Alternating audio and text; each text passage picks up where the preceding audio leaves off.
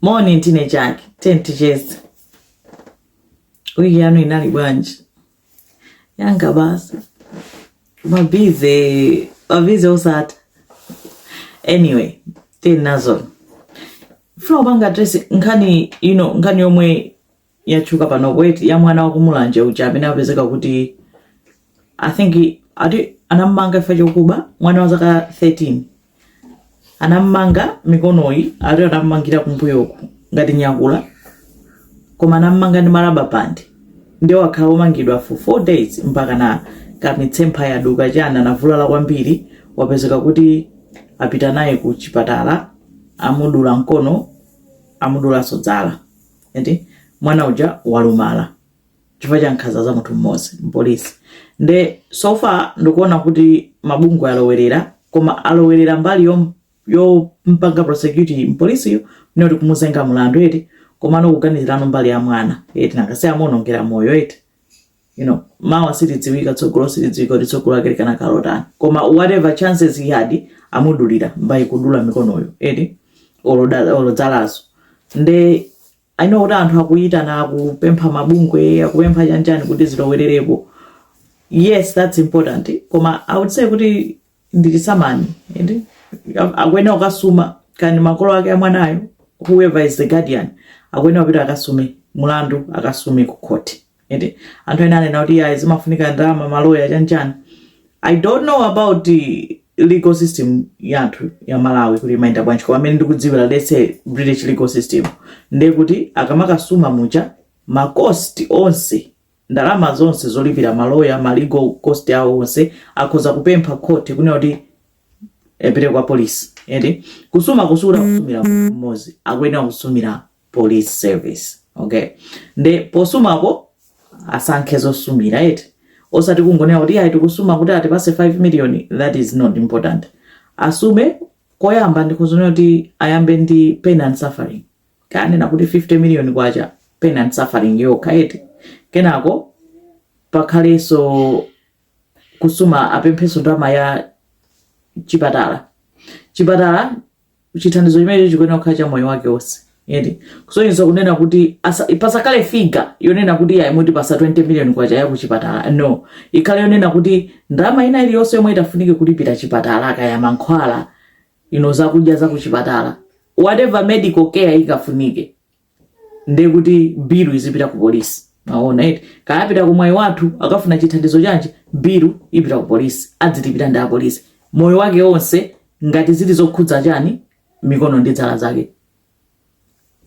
That's how they should do it. For you know that akanena kuti ayi mutipase ndalama zakuti za bill ya kuchipatala zidibwa ndalama ndiyovuta mukuziwa bwinonso ikangofika m'manja ndalama imata koma moyo wake wonse adzimulipira for all the medical treatment medical care required kaya zafunika ma prosthetic hands manjaja mmayikirira imene ndi bill ya police because mwanayo wapwetekeka wavulazidwa ndi apolisi under the custody and care of the police and that is their responsibility. That is a straightforward case.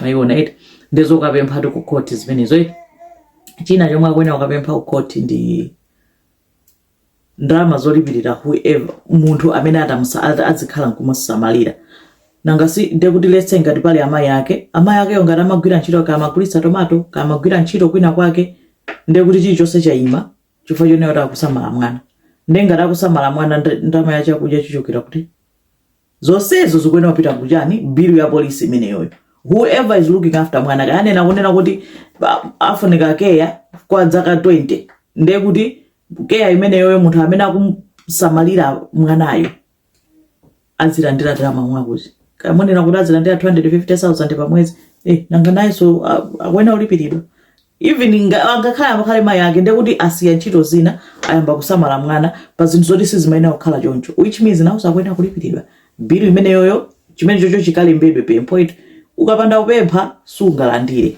you don't ask you don't get ndi akwenera kulemba china chimene chocho chopempha eti china chomwe akwenera kupempha court ndi kunena kuti akazafika age yangati adult 18 kuti wakula age yonena kuti akwenera kuyapeza ntchito kutani ndekuti akwenera umalipiridwa pa mwezi ngati salary nanga sisangathezo kugwira ntchito. Whatever he could have been able to do sakwanitsa kupanga foita mutani amuvulanza, which means now it's the responsibility ya police kunena azimutani azimulipira ndio tapereka kotiro apemphe koti kuti libeke chigamulo kunena kuti akadzafika dzaka dzakuti adzitsamulipira ndalama zakuti pa mwezi moyo wake wonse amuvulanza akwenera mutani akwenera ulipira. Ndiye kuti pamene popo that's what I would say kunena kuti apemphe kusana kuti anthu akamanena kuti ayi chifukwa chonena kuti amudulira ma chances ena aliwonse. Kaya wina na kuti ayi mwana yana abajani mudzi wa bwanja akanasiya kubako. Mudzi wa bwanja kana kontenga zabwino kuno kwamukalipira ku polisi konkumusiya kuti zipita akanachita mantha ndi kutembenuza moyo wake. You don't know. Nde fayota amudulira ma chances yonse akwenera utani akwenera mpanga compensation yake apemphe kuti ikhale yogawidwa bwino choncho kufayira akangonera kuti atipase ndalama mwaku ndamazo pakamafika chaka chamawa ndamazo zikazitha koma chithandizo choti chikhale outlined bwino kunoti chimthandize moyo wake wonse. Imeneyo ndiyo mwendo kuganiza kuti kusiyana kuti tizichula kuti aya aujeni tithandizeni sometimes anthu timatha kupereka pressure kwa munthu onena kuti palibe chimene angachite. Koma ndi ntchito ya judiciary imeneyoyo. Makoti acha ntchito yake ndiyo ndi imeneyoyo. Koma ungofunika kuzindikira chani mapemphedwe kunena kuti kodi ku kotiko tikukasuma tikupempha chani.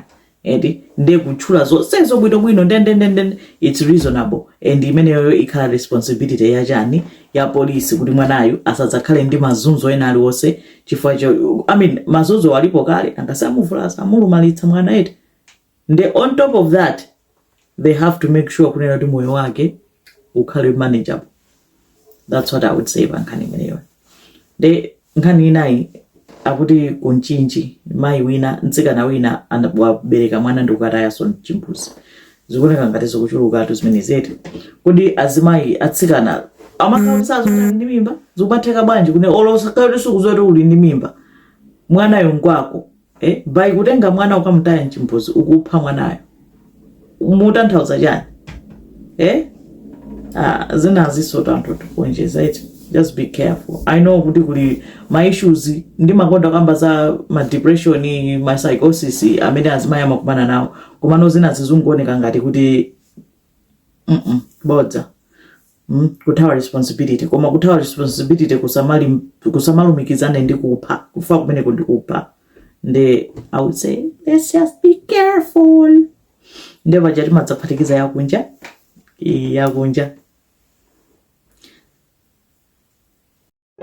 nde ku United States of America nsibambo uyu dzinake Tyrone Johnson zomwe anapanga anayi ndi chibwezi chake ichi. Chibwezi icho chinayi ndi mwana wa zaka 10. Nde iye anali mnyumba akuonera TV anthu nkwamba ukangana ndi chibwezi chicha kukanganirana kuti afuna kuonera program yanji.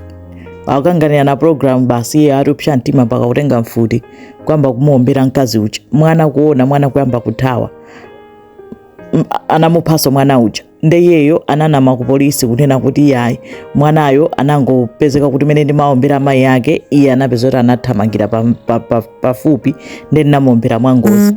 Koma apolisi anakana anatsutsa anapanga proof kunena kuti mwanayo ataona kuti mai yake akuomberedwa anathawira pansi pa bedi iye ndikumulondola mwanayo ndikukamuombera pansi pa bedi pomwepo anapeza zipolopolo zambirimbiri pansi pa bedi moti alipa kumapeto kwa chaka chatha ampanga sentence to death. Amuchita sentence kuti akaphedwe. Ndemene ateromo iye akunena kuti yayi ampanga sentence kuti akaphedwe fati iye ndi munthu wokuda. Chonsecho anthu amene anapha onso ndi anthu wokuda. Imeneyo ndi nkhani yachitika ku America ya Tyrone Johnson.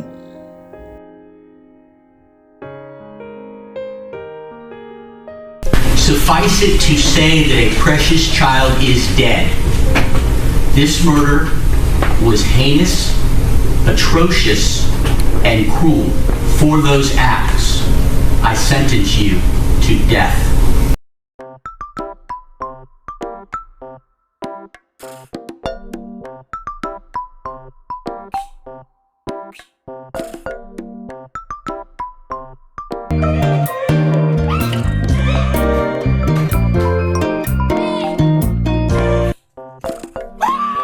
Ndiye kinabo tinayo kuti mukhale ndi weekend yopambana. mkale ndi weekend yabwino. Tinasowana taona naso posachedwapa. Zikomo kwambiri.